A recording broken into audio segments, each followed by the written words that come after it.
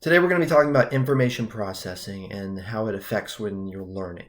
So the biggest feature about this is it's all about the inputs that come into your brain and how they process, or how those inputs are processed by your brain, why they are processed by your brain. And when I say why, I don't mean that that's the brain's function. I mean, why is it that we selectively choose certain stimuli to focus on in regards to our learning process, or in terms to how we choose to react.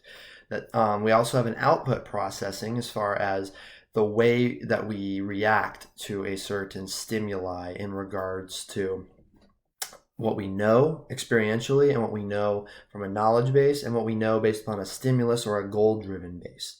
So the first thing you really want to know about information processing is attention and perception are very key for it. Attention meaning what gets our attention, what draws us in, what makes us want to learn more or to investigate further.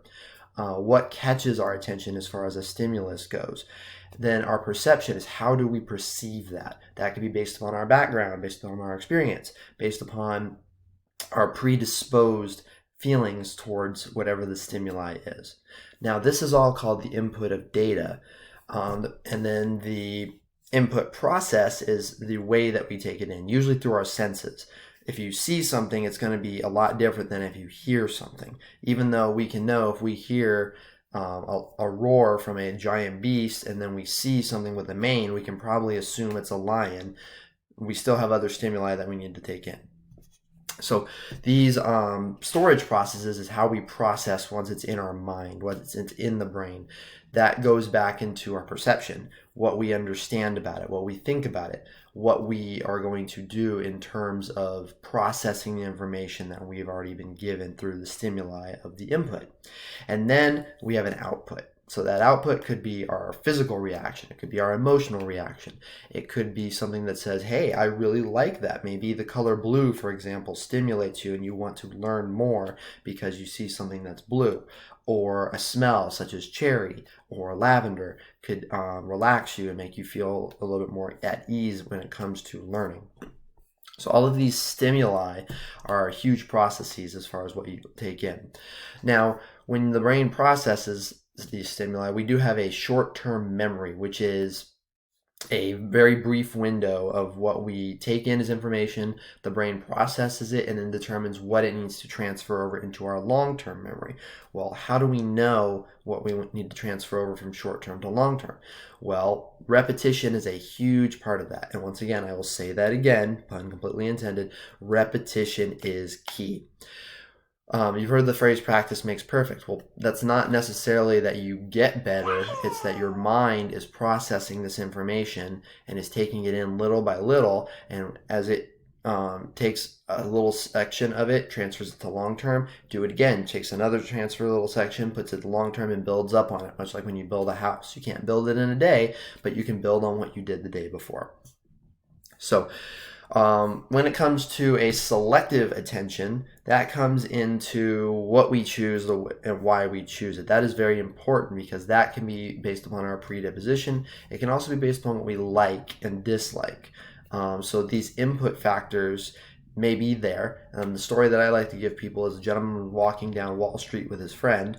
Everyone's clamoring, looking for stock pricing, doing business, etc. And he stops and picks up a grasshopper that he hears in the sewer drain on the side.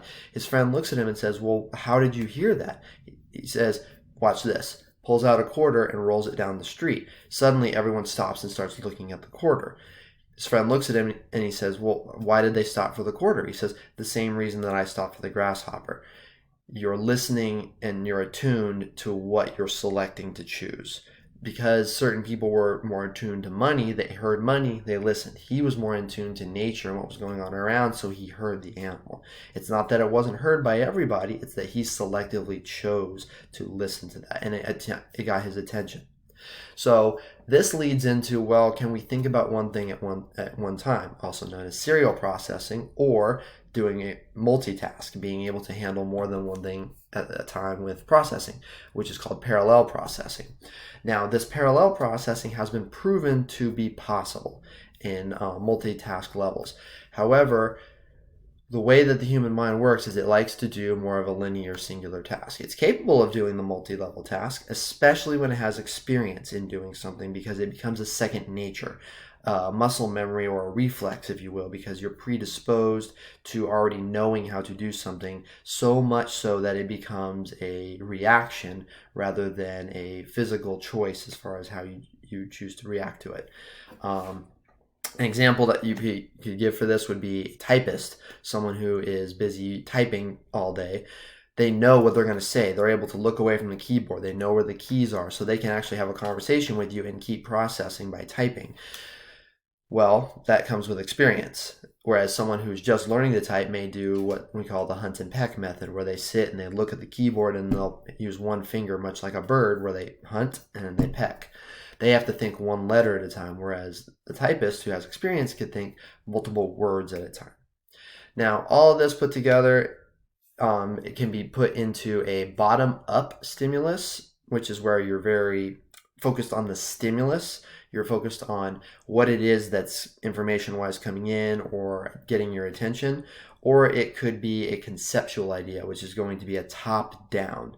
Now, top down is usually going to be more prominent, because if you understand a concept, you're going to be able to process, and much like going from the top to the bottom, a lot easier than going from the bottom to the top, be able to handle it. So all these put together definitely add another portion of learning in terms of information processing and how we as human beings take in information, understand that information, and then react and are able to teach and learn with it as well.